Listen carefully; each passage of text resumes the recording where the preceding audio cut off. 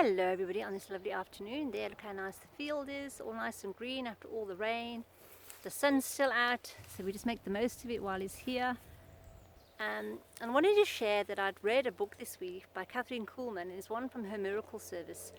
And it's about a lady who said it's never too late. And she turned 40, and she thinking her life turned at 40, and all of a sudden she started getting sick and she didn't get well.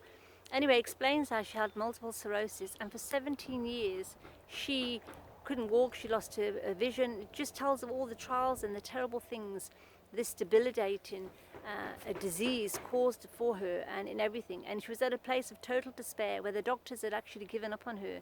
And they said there's nothing more they can do for her. She went to doctor after doctor. Her husband did not know what to do anymore. He'd done everything he possibly could. So for 17 years, from the age of 40, thinking her life's going to change and her life's going to start, they say life begins at 40, it just got worse and worse. And when she was 57, it was basically she was waiting to die. They were just saying the age was getting worse. She could hardly walk. She was in a wheelchair, and she was literally waiting to die. And one of her friends had come across her path, and they'd given her a letter and said, please, you must come to this place. It's a miracle service. Come to this place and go to the service. Anyway, she didn't want to go. And then also another lady came past and prayed for her. And she was in hospital, and she prayed for her. And it was the seeds that were planted. And then a friend said to her again, because she's here again, this lady's here again, go. And she wasn't interested in going. In the end, her and her husband said they would go just to please the friend, because the friend had really been there for her, really believed she would be healed. But they just didn't. They just thought it was a load of nonsense. Anyway, they ended up going. And they went there, and she just saw so many sick people. And I can relate to that because I've been in a miracle service. I've been there where I've never seen so many sick people all gathered and disabled people in one place. And I'm like looking, praying for, oh wow, Lord, all these people here. Anyway, started praying for people there because she thought these people were worse off than me. And she started praying for people. And then with the praise and worship, she just felt something. And what had happened, when the lady had prayed for her, she prayed for her in the hospital, and she heard this music in her ear. And she just said to her husband, can't you hear that? I can just hear music. There was this song. It was just this beautiful, beautiful song. And when she was in this service, she said to her husband, this is the music I was hearing when she prayed for me the other day. This was the music. What is this song? What is this song? And she'd never heard it. And it was How Great Thou Art. Oh Lord my God, when I am awesome wonder, consider all the worlds thy hands have made. And she just heard the choir singing this. Oh, then sings my soul, my Savior God, to thee. How great thou art, how great thou art. And she just heard this song, and it was just what she'd heard when her friend had sung.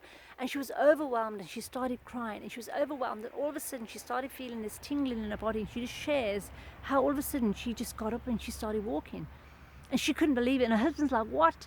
And if you read this miracle that happened, she went up there, and all the other people that were, she was just instantly healed that day. She never even really believed in the power of God. She knew God was there and he was this person, but she'd never served him. She never felt his power.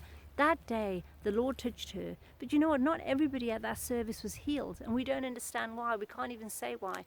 Some people are healed and some people aren't, but there's many, many that are. And she went there, and that was her total turnaround.